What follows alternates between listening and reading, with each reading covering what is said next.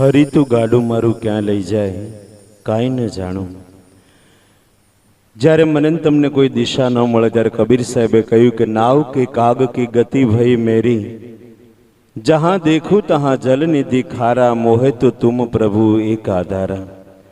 મિત્રો, આ દુનિયાની અંદર આપણે શરૂઆતમાં જ વાત કરી કે બધા સુખ માટે થઈને દોડે છે, પણ પરિસ્થિતિ કંઈક ઉલટી છે। અહીં તો રાજા ભી દુખિયા ને રંક ભી દુખિયા, ધનપતિ દુખિત વિકાર में, વિના વિવેક ભેખ સબ દુખિયા, જૂઠા તન અહંકાર में, એક સંત સુખી સંસાર में।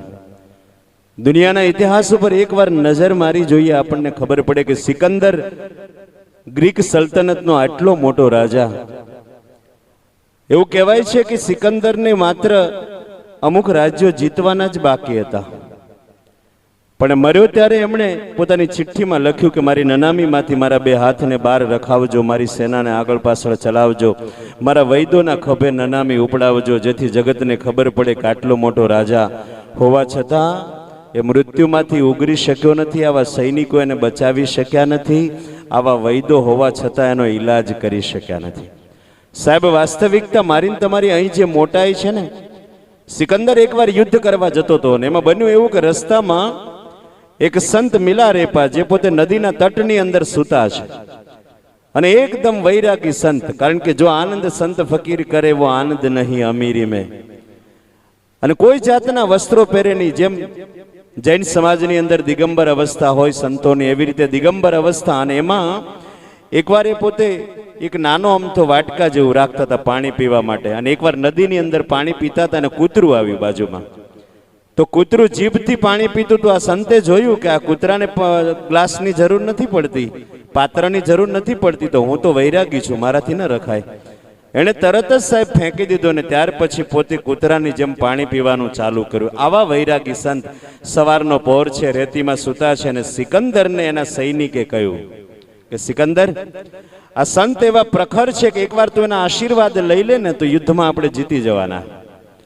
સિકંદર ઘોડા ઉપર બેઠો છે, માથે મુંગટ પહેર્યો છે। આપણે ત્યાં વિવેક એવો છે કે સંતોની આગળ જઈએ ત્યારે માથા ઉપર ટોપી પણ ન રખાય, અને આ માણસ ઘોડા ઉપર ઊભો ઊભો પેલા સંતની પાસે આવીને કહ્યું કે બાબાજી આંખ ખોલી, આપકે સામને એલેક્ઝાન્ડર ખડા હૈ, તમારી સામે ગ્રીક સલ્તનતનો સમ્રાટ ઊભો છે। તો પેલા સંત ખાલી આંખ બંધ કરીને એટલું બોલ્યા, તો એ કે હું તમારા આશીર્વાદ લેવા આવ્યો છું કે યુદ્ધમાં જીતી જાઓ, અને તમે મને ઓળખો છો, મારું નામ સમગ્ર જગતની અંદર સિકંદર તરીકે છે। પેલા સંતે કહ્યું તો પેલા સિકંદરને લાગ્યું કે આ માણસ મારી અવગણના કરે છે। એણે કહ્યું કે તમારા આશીર્વાદ લેવા આવ્યો છું, કે સેના જોઈએ છે, તો કે યુદ્ધ કરવા જાઉં છું। પેલા સંતે સુતા સુતા આંખ બંધ કરીને જ એમ જ કહી દીધું, હા જા, જીતી જઈશ, પછી શું કરવાનો? પેલા એ કહ્યું પછી હું બીજા રાજ્ય ઉપર ચડાઈ કરીશ, એના આશીર્વાદ આપી દીધા, જા એ પણ જીતી જઈશ, પછી હું કરવાનો છું?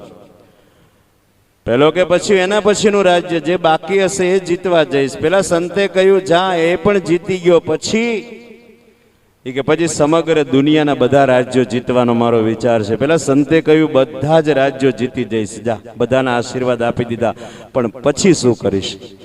અને પછી પેલા સિકંદરે કહ્યું કે પછી આખી દુનિયાનો રાજા બન્યા પછી, કારણ કે 32 વર્ષનો છે ને, યુવાનીના ઘોડા દોડતા હોય, જેના શરીરમાં એને આધ્યાત્મિકતા સમજાય નહીં, અને એ વખતે સિકંદરે એવું કહ્યું કે આખી દુનિયાનો રાજા થઈ ગયા પછી હું મારા મહેલની અંદર સરસ મજાના એ ગાદલા ઉપર આરામ કરવાનો છું।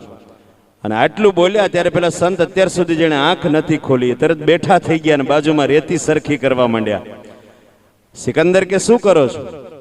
પેલા સંતે કહ્યું કે આટલા યુદ્ધ કરી, આટલા લોકોને મારી નાખ્યા પછી કંઈક બહેનો વિધવા થશે, કંઈક બાળકો અનાથ થશે, અને પછી તારે આરામ જ કરવો છે તો પછી અત્યારે જ આરામ કરી લે ને, આ મારી બાજુમાં જ હોઈ જા ને ભાઈ, જે નથી જરૂર એ શા માટે કરે છે? પણ સિકંદરને સમજાયું નહીં, એટલે સિકંદરે ખાલી એટલું કહી દીધું એ સંતને કે કોઈ બાત નહીં, એક બાદશાહ કી ફકીર સે મુલાકાત હો ગઈ। પેલા સંતે કહ્યું લેકિન યાદ રખના એ મુલાકાત हुई थी। પછી સાહેબ ઇતિહાસકારો એવું કહે સિકંદર મર્યો ને પછી આપણે ત્યાં મરણ પછી પેલું ગાયનું દાન આપે છે, અને એટલા માટે કે વૈતરણી નદીની પાછળ પૂંછડું પકડીને નીકળવાનું હોય। વૈતરણી નદી પરુ અને લોહીની હોય છે, એવું ગરુડ પુરાણની અંદર કહેવામાં આવ્યું છે। અને સિકંદર મર્યા પછી એને આ વૈતરણી નદી પાર કરવાની હતી, એની પાછળ તો કોઈ ગાયનું દાન આપે એવો હતો નહીં। અને સિકંદર અંદર ફસાયો છે એ વૈતરણી નદીમાં, એમાં એને પાછળથી કોઈ ચાંખડીનો અવાજ આવ્યો. સિકંદરે પાછળ વળીને જોયું તો પેલા પૃથ્વી ઉપર એને સંત મળ્યા હતા ને એ સંત આવતા હતા. એને કહ્યું, ઓ બાપજી તમે? કે હા. ચલો ઠીક હૈ, फिर से एक बादशाह से फकीर की मुलाकात हो गई, सिकंदरे કહ્યું. અને ત્યારે પેલા સંતે કહ્યું, અભી પતા ચલેગા કોણ ફકીર હૈ ઓર કોણ બાદશાહ હૈ. પેલા સંત વૈતરણી નદી ઉપર આમ છટ છટ છટ કરતા સામે કાંઠે નીકળી ગયા ચાંખડી પહેરીને.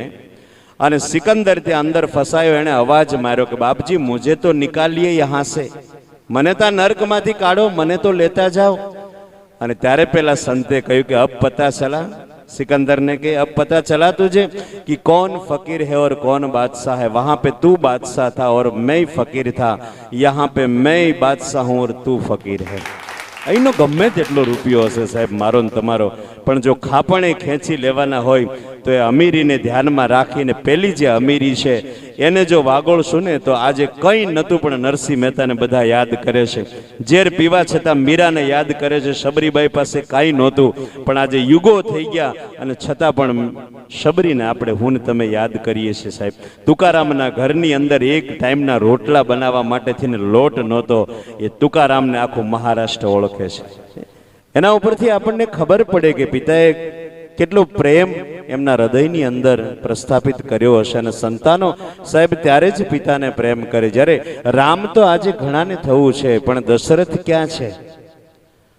ભગવાન રામ ઘણાને થવું છે પણ દશરથ ક્યાં છે? આજે ખરેખર સાચા પિતા નથી થતા ને એટલે દુનિયાની અંદર કઈ કેટલા દીકરાઓ છે ને બગડેલી હાલતમાં જોવા મળે છે.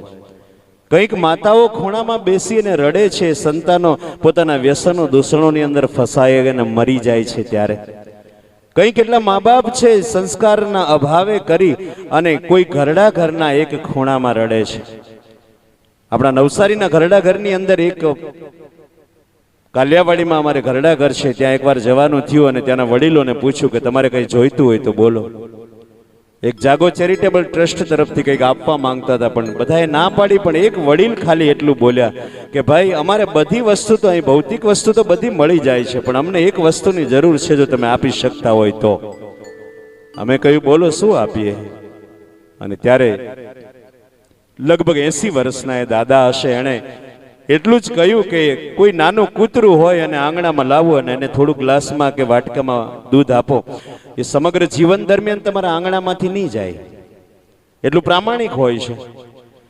કોઈ ઢોર હોય, કોઈ બળદ હોય, ખેતરમાં એ ચલાવતા હોય અને એની પીઠ ઉપર તમે હાથ મૂકો પછી એને લાકડી ન મારવી પડે, એ પ્રેમનો ભૂખ્યો હોય છે.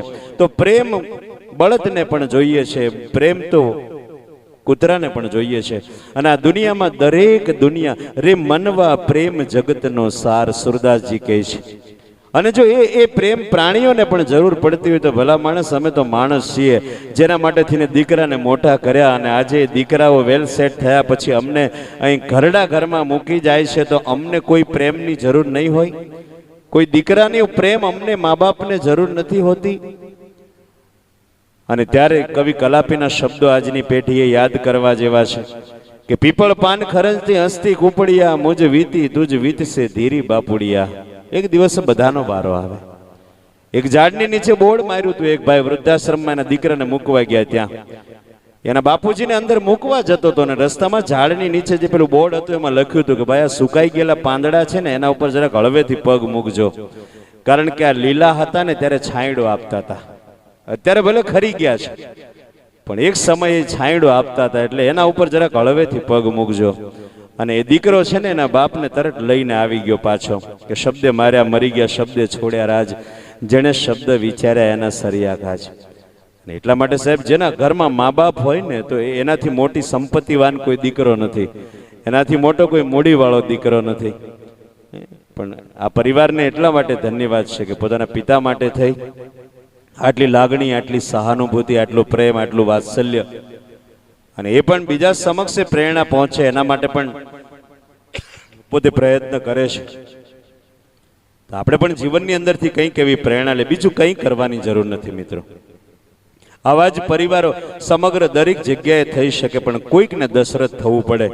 આજે કંઈ કેટલી દીકરીઓ છે એ વારે વારે મા બાપની આબરૂ ઉપર પગ મૂકી જાય, ક્યારેક કોઈક દીકરીઓ છૂટાછેડા કરીને પાછી આવી જાય. બધાના મૂળની અંદર કોઈક આવા માળીની જરૂર છે, ચીમન બાપા જેવા, કે એમના પરિવારને તમામ રીતે સંસ્કારની દ્રષ્ટિએ, આર્થિક દ્રષ્ટિએ બધી રીતે સિક્યોર કરી અને પછી પોતાની ફરજ પૂરી કરીને ગયા છે સાહેબ. એટલા માટે આપણે પણ એ તરફ એક ડગલું આગળ વધી શકીએ એવી પ્રેરણા